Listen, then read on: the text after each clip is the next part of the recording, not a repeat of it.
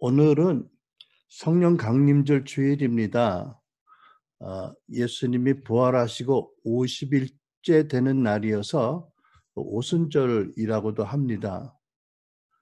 예수님이 승천하시고 열흘째 되는 날에 이제 본문의 기록과 같이 성령님이 기다리던 예수님의 제자들에게 임하셨던 것을 기념하는 날입니다.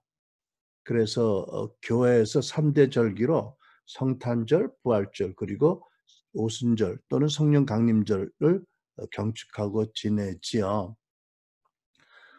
여러분들이 매년 그 성령 강림절, 오순절 설교를 들으셔서 본문에 있었던 여러 가지 다락방의 사건들은 이미 내용을 잘 아실 거라고 믿습니다.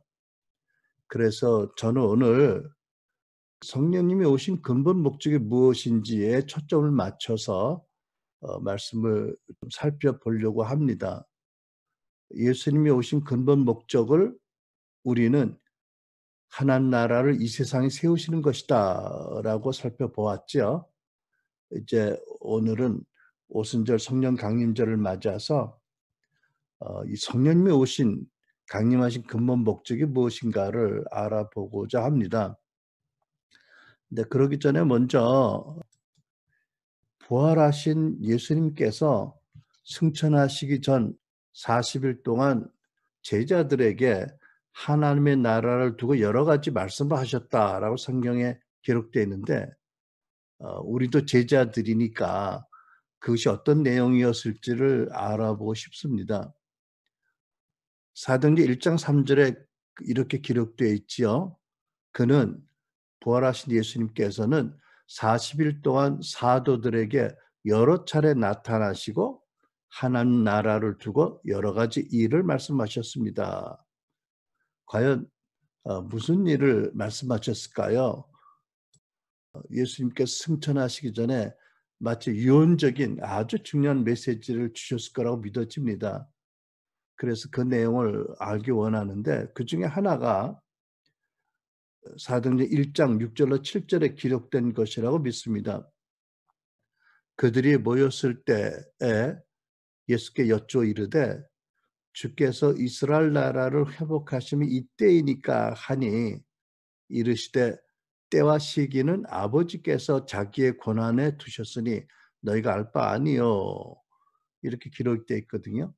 그러니까 아마 하나님 나라에 관하여서 여러 가지 말씀하신 것 중에 하나가 이 주제가 아닌가 싶습니다.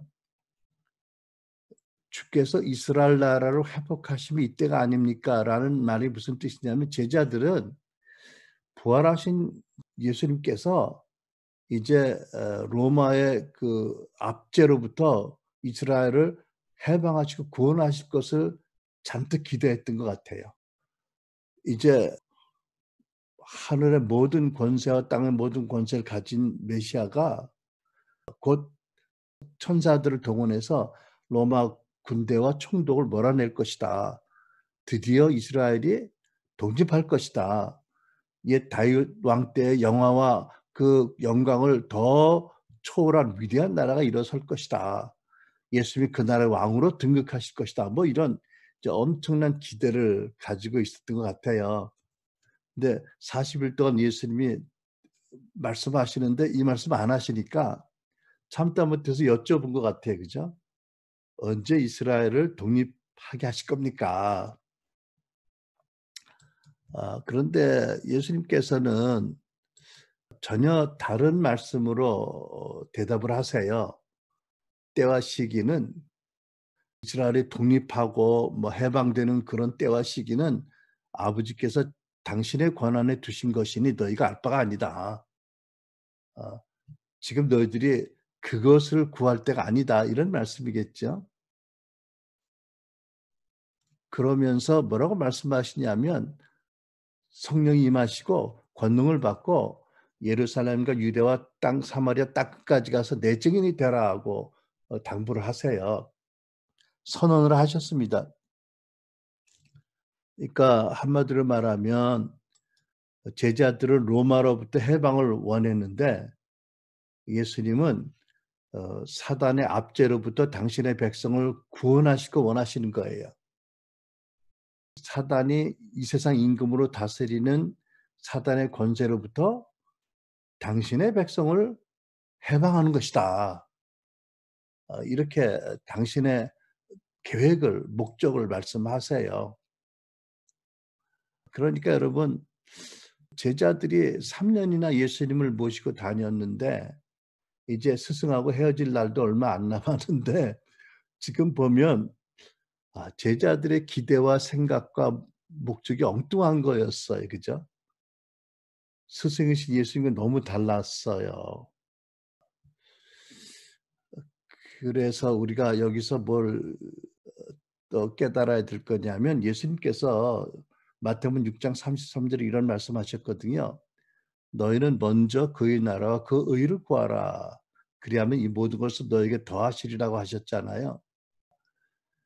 하나님이 기뻐하시는 일, 하나님 나라를 먼저 추구해라. 다른 것보다 우선적으로. 그러면 다른 것도 저절로 다 공급이 되고 이루어질 것이다. 이런 말씀이잖아요. 제자들이 죄송하지만 참 이 대목에서는 주님을 많이 실망시켜 드린 것 같아요. 물론 주님께서는 마음의 생각을 다 알고 계셨으니까 뭐 크게 실망 안 하셨겠지만 어쨌든 너무 생각이 너무 다 틀려도 너무 틀린 것이 드러나고 있잖아요. 그죠? 그 40일 동안에 어떤 일이 있었냐면요. 그 엠마오라는 곳으로 향하는 길이 예루살렘에서 가는 길이 있잖아요. 근데 예수님이 그 엠마오를 걷는 그 두 사람, 그 부부로 여겨지는데 부부라고 믿는데 두 사람이 걷고 있는데 그들이 모르는 사람의 모습으로 나타나셔서 그들과 함께 걸으시면서 긴 대화를 하셨어요. 그들이 예수님의 제자였거든요. 근데 엠마오에 자기 집이 있는 거예요. 그 집으로 가는 거예요. 고향 앞으로 가는 거죠. 근데 예수님께서 그 40일 동안 그 바쁘신 중에 하긴 뭐 예수님이 시공간을 초월하시니까 이제는 바쁘실 것도 없어요. 그죠? 어쨌든 그 먼 길을 걸으시면서 대화를 하세요. 근데 그 엠마오로 가는 두 사람이 예수님 부활하셨다는 소식을 못 들어서 갔을까? 아니에요. 성경을 보면 그들의 말을 들어보면 이미 예수님 부활한 소식 들었어요. 근데도 고향 앞으로 가는 거 왜? 예수님이 부활하셔도 우리가 원하는 것을 이루어 주실 분이 아니니까 '아이 인제 그만이다. 이제 제자 생활 끝이다. 가자 집으로.' 그러고 가는 거거든요. 그래서 예수님이 그 오랜 시간을 대화를 하시면서 그들의 마음을 돌이키시고 그들이 다시 예루살렘에 가서 그 제자들의 대열에 합류하게 하셨어요.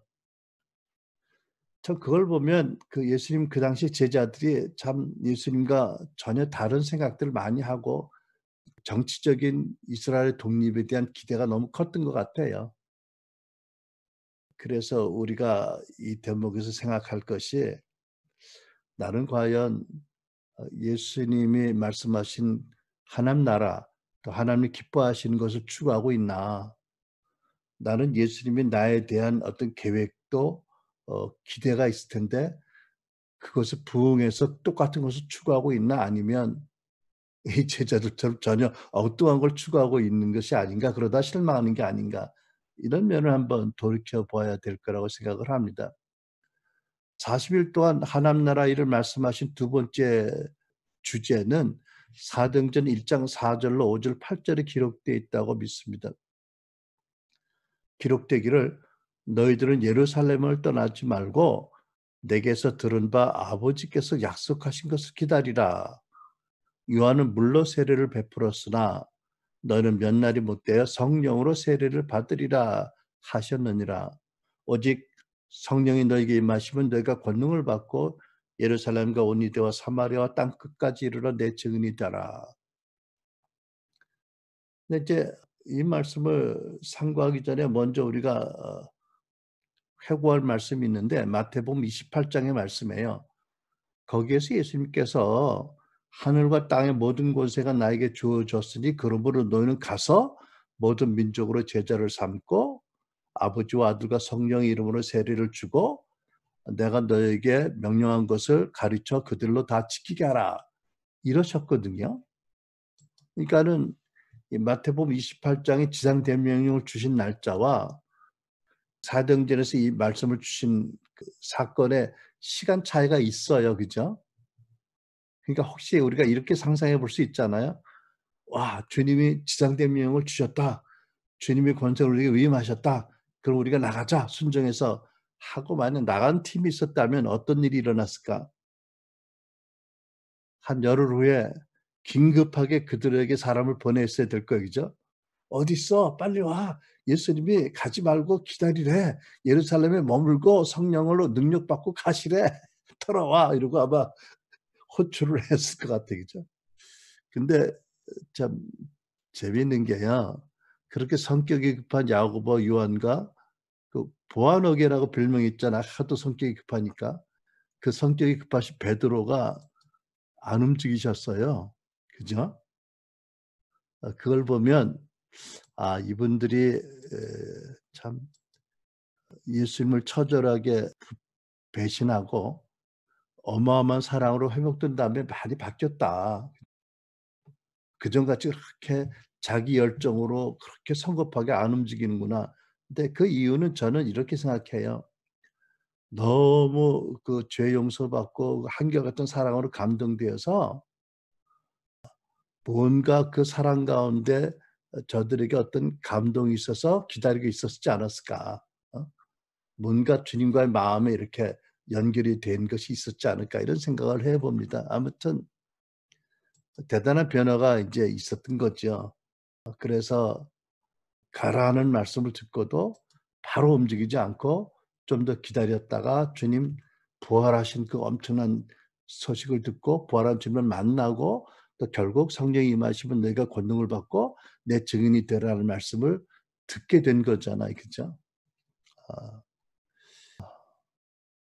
그래서 우리가 여기서 적용할 수 있는 교훈의 하나가 뭐냐면 이 성경은 한 권 말씀만 가지고 너무 그것을 과대 해석을 하면 크게 오류를 품을 수 있다. 반드시 성경은 전체적인 맥락에서 해석이 돼야 된다. 이제 이런 것을 우리가 알게 되는 거지요. 그러니까 소위 이단이라고 하는 집단은 그 성경을 말씀해요. 근데 그것을 너무 과도하게 과대 해석하거나 잘못 해석하는 거잖아요. 이제 그런 것들을 여기서 한번 우리가 또 볼 수가 있겠고 참 예수님 사랑한다면 정말 예수님의 마음을 느낄 수 있는 사람이 되니까 이렇게 참 주님의 방문도 받고 참 가장 중요한 주님의 가르침도 받게 된다는 것을 우리가 여기서 볼 수가 있겠습니다. 이제 예수님께서 40일 동안 제자들에게 말씀하신 그 하나님 나라 일에 대해서 연관된 것인데 두 번째로 제가 여러분과 같이 생각하고 싶은 건 뭐냐면 다락방에서 베드로가 설교한 내용 중에 한 대목입니다. 다락방에 성령 강림하셨을 때 엄청난 사건, 현상, 현현들이 있었어요. 그죠? 그거 뭐 말하려면 뭐 오늘 설교 한 편 내내 설명해도 부족할 텐데 아무튼 여러분 많이 들으셨을 거라 믿고 생략을 하고 이제 베드로가 다락방에 어마어마한 그 성령 강림의 사건 가운데서 문득 깨달은 게 있었습니다. 그래 가지고 설교할 때 다락방에서 예를 들면 사도행전 2장 32 절에 "이 예수를 하나님이 살리신지라 우리가 다 이 일의 증인이로다." 33 절 "하나님의 오른손으로 예수를 높이심에 그가 약속하신 성령을 아버지께 받아서 너희가 보고 듣는 이것을 부어 주셨느니라." 그러니까 지금 베드로가 뭘 강조하냐면 "와 성령이 임하셨다. 예수님이 미리 약속하신 성령이 임하셨다. 할렐루야.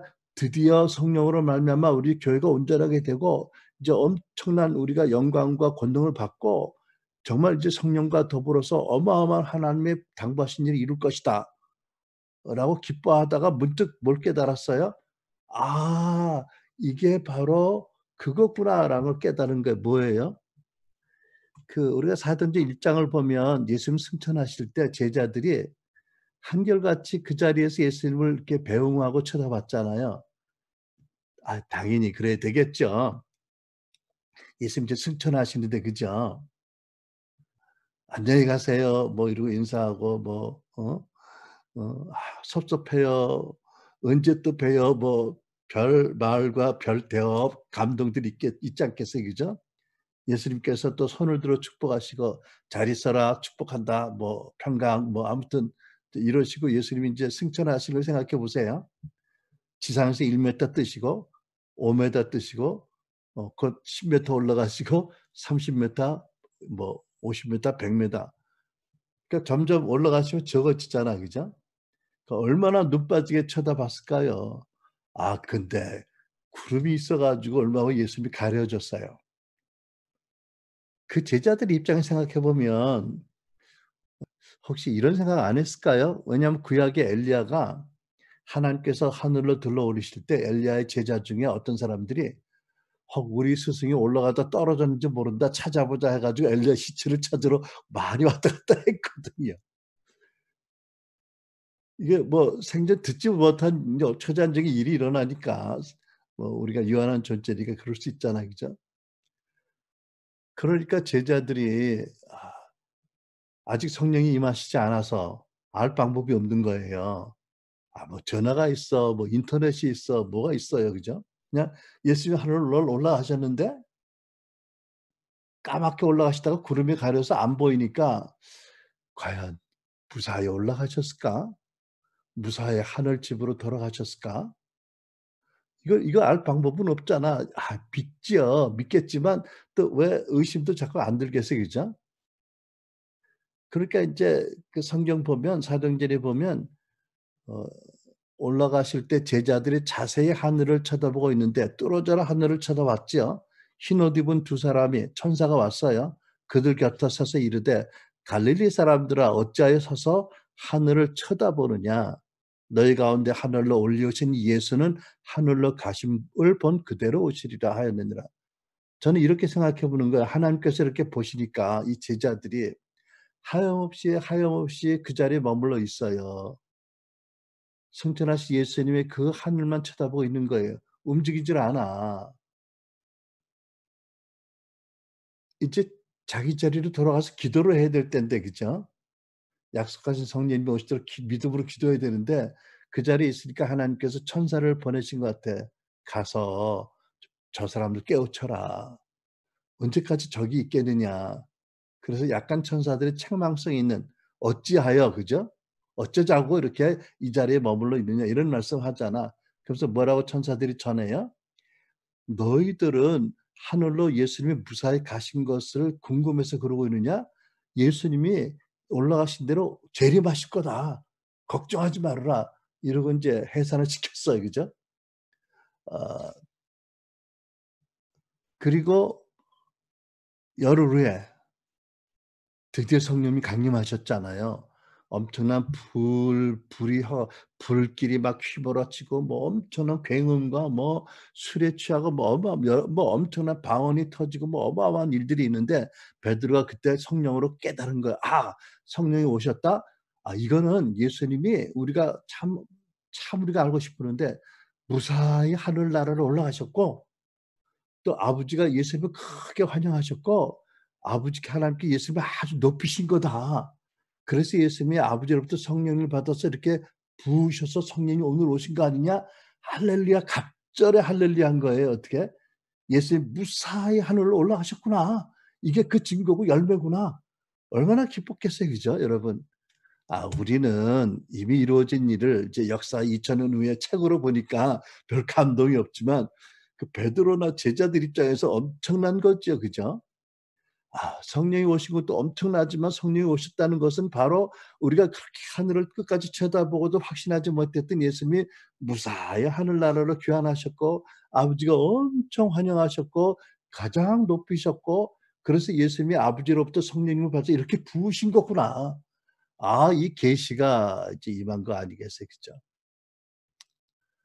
근데 여러분 이제 그렇게 성령님이 오셨는데 이제 성령님이 오신 목적의 하나를 생각해 보는 건 뭐냐면 여러분 사실 저는 교회 다닐 때 오순절 성령 강림절 날 교회가 탄생했다는 말씀을 많이 들었어요. 또 신학교에서 그렇게 배웠거든요. 근데 저는 언제부터 그렇지 않다고 믿어요. 왜냐하면 마태복음 18 장에 보면 예수님이 교회라고 말씀하시거든요.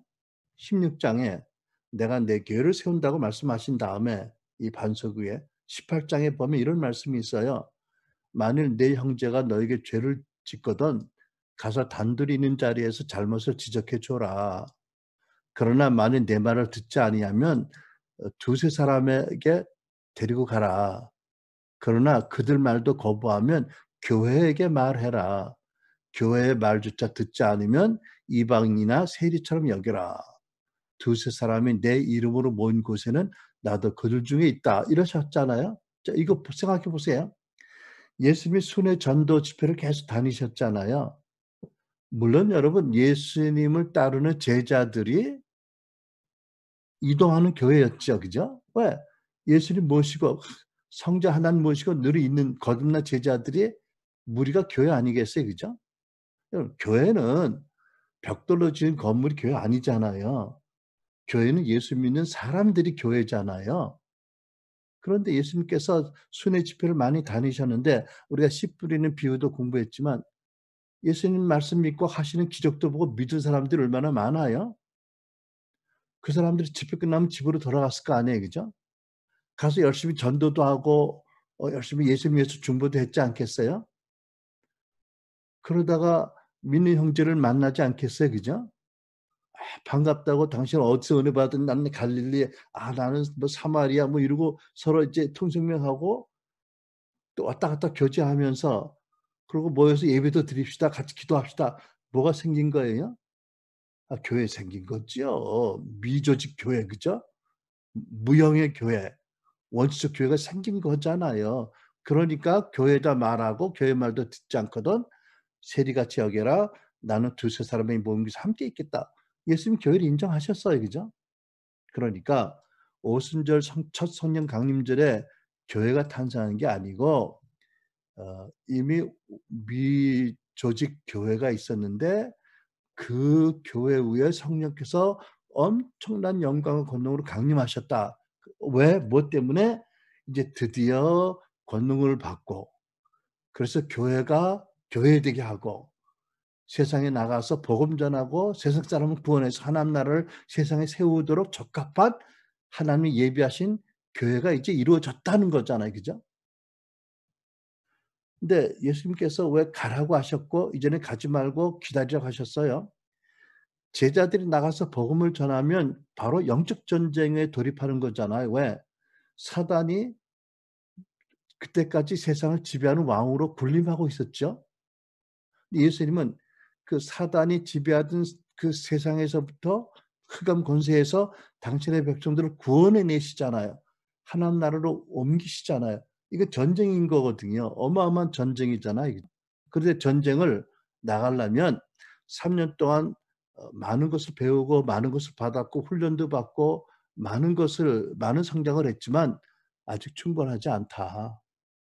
가장 중요한 게 하나 남았다. 바로 성령을 받고 성령 세례 받고 성령의 권능을 받고 그리고 성령의 보내심을 따라 너희들이 나가고 성령으로 사역하고 싸워야 된다.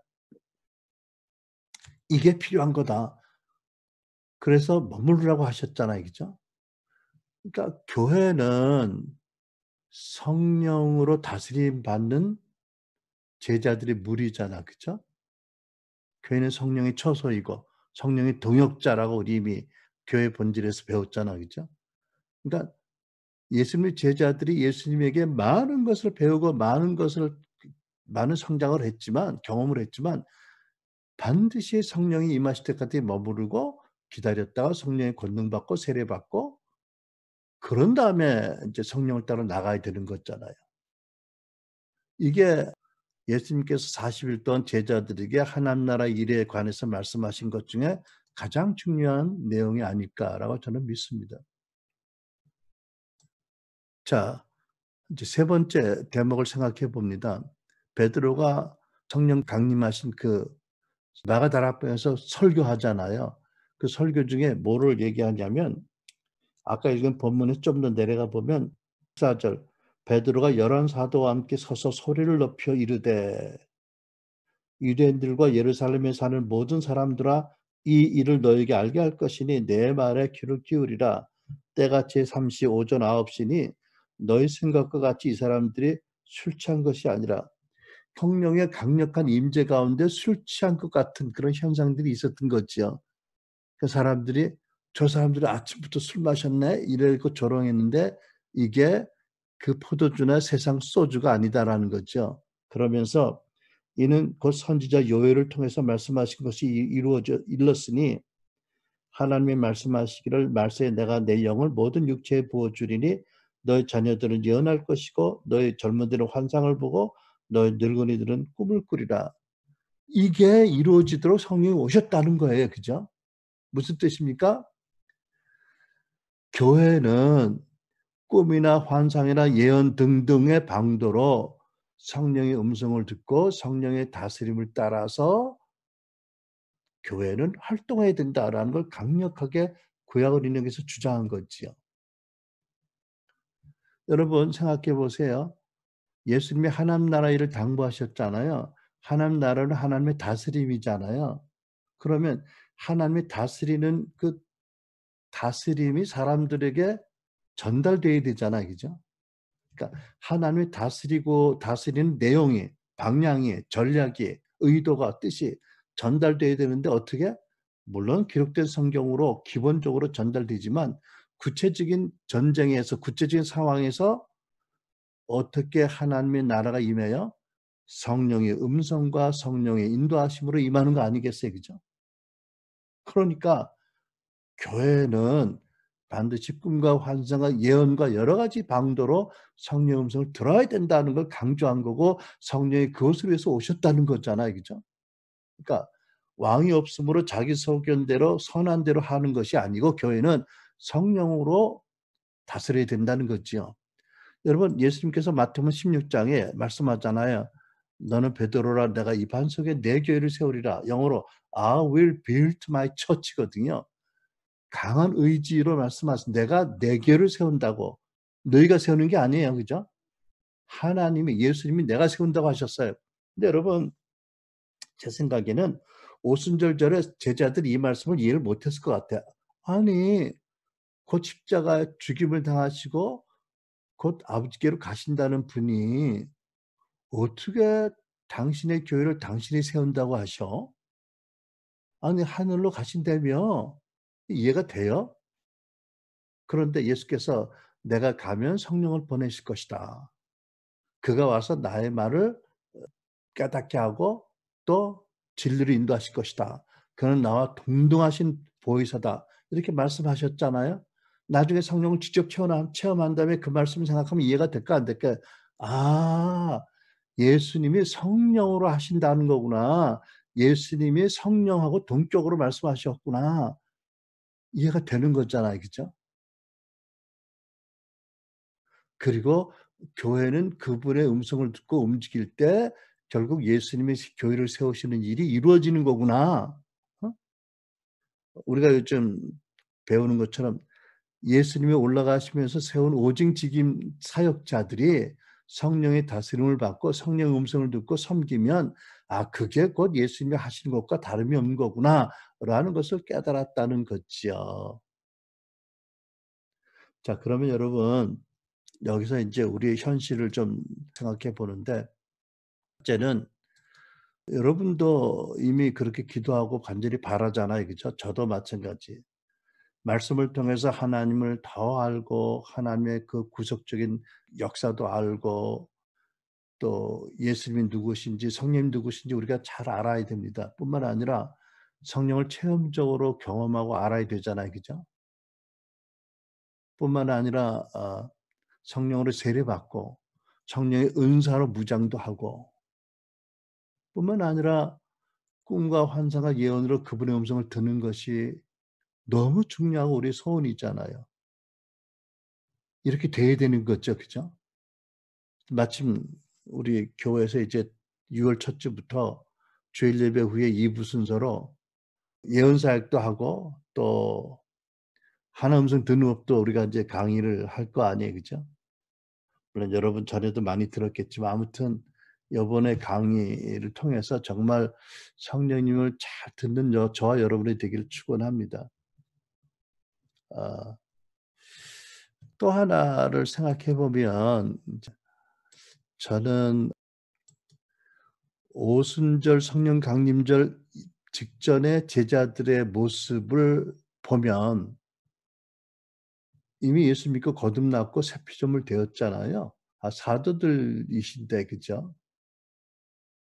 그런데 아직 성령이 안 임했어요. 그죠? 근데 그분들의 모습이 오늘날 현대 크리스찬들의 많은 사람들의 모습과 비슷한 거예요. 어떻게? 예수가 구세주이고 왕인 걸 믿었어. 고백했어. 믿음이 인정받았어. 거듭났어. 그죠? 새 피조물이에요. 너무 하나님 사랑해. 예수님 너무 사랑해. 정말 헌신적이야.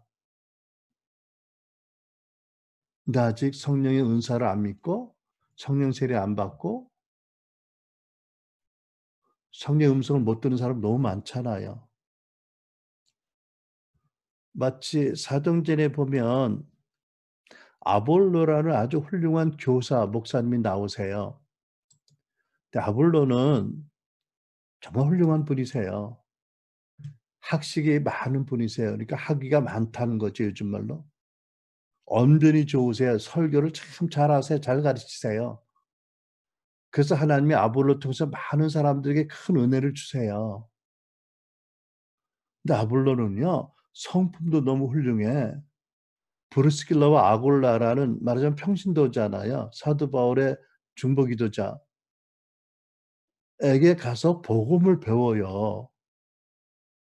예수님 복음을 더 배우잖아요. 이거 보통 사역자가 이렇게 못하잖아요. 그죠?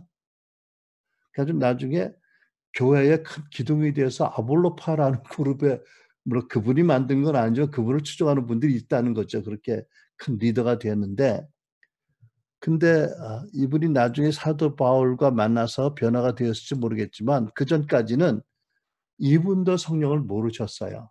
그래서 이분이 에베소서 목회하고 고린도로 가셨는데 에베소에 남은 12 제자가 있었거든요. 근데 사도 바울이 에베소 가 가지고 이들과 만나서 교제하다 보니까 이들이 성령 안 받은 걸 아셨어요. 그래서 "너희가 무슨 세례를 받았냐?" 그러니까 "성령 세례 받았냐?" 여쭤본 거죠. "아니라 우리는 성령도 못 들어봤고 요한의 세례만 안다고." 그러니까 사도 바울이 안수할 때 어떻게 그들에게 성령이 임하시고 방언이 터지고 예언을 하더라. 그러니까 아볼로 목사님이 성령 세례를 위해서 기도 안 했고요. 제자들이 방언 받도록 기도 안 한 거예요. 그죠? 받도록 기도 안 하시고 왜? 당신이 몰랐어. 근데 너무 훌륭해 이분이. 여러분 오늘날 크고 적은 교회에 얼마나 훌륭한 성도들이 많으세요? 성품 훌륭하고 예수님 사랑하고 헌신적이고 그죠? 선교도 나가고 단기 선교도 잘 나가고 그런데도 성령을 모르는 분들이 꽤 많지 않아요? 어떤 신학적인 이유로 방언도 안 하고 예언할 줄 모르고 그러니까 성령님을 듣지 못하는 그러면서도 아주 신실한 분들이 많다는 거지요. 그러니까 제가 보기에 오순절 성령 강림절의 또 하나의 큰 의미는 뭐냐면 오늘날 그 많은 성도들이 오늘날에도 에베소의 그 12 제자들이 그랬던 것처럼 "성령 받아야 된다. 성령 세례 받아야 된다. 꿈과 환상과 예언으로 성령 음성을 들어야 된다. 그래야 영적 전쟁에서 승리한다. 성령의 다스림을 받지 않고 성령의 인도를 따르지 않고 영적 전쟁하는 것은 열심히 하는 것은 훌륭할지 몰라도 성공적일 수 없다." 왜? 원수 마귀가 얼마나 치열하게 방해하고 공격을 할 텐데. 그래서 저는 뭐 소위 복음주의 교회다, 은사주의 교회다, 뭐 오순절 교회다라는 것이 좋은 구분은 아니지만 이해를 쉽게 하기 위해서 얘기하자면 한국 교회의 80%가 복음주의 교회들이에요. 얼마나 훌륭하고 신실한 성도들이 많으세요. 그죠? 소위 은사주의라는 교회에 속한 분들도 마찬가지로 훌륭하고 신실하지만 때로는 어떤 분들은 은사 받고 좀 잘못 은사를 통해 은사를 잘못 써서 지탄받는 사람들이 많잖아. 그죠? 그러니까 저는 하나님께서 그 복음주의든 뭐 오순절이든 은사주의든 관계없이 모든 성도들이 이 진리의 성령을 받고 성령 세례 받고 꿈과 환상과 예언을 통해서 성령의 음성을 듣고 성령과 교제하면서 더 나아가서 영적 전쟁을 통해서 하나님 나라를 확장하는 데 효과적인 부흥의 교회가 되기를 원하신다라고 믿습니다. 여러분 하나님 나라는 성령으로 말미암아 하나님의 다스림을 받는 거잖아요. 그죠? 이 위대한 하나님 나라를 위해서 성령이 오셨다. 예수님의 목적도 이 세상에 하나님 나라를 세우는 것이고 동일한 보혜사 성령님도 이 세상에 하나님 나라를 세우러 오셨다.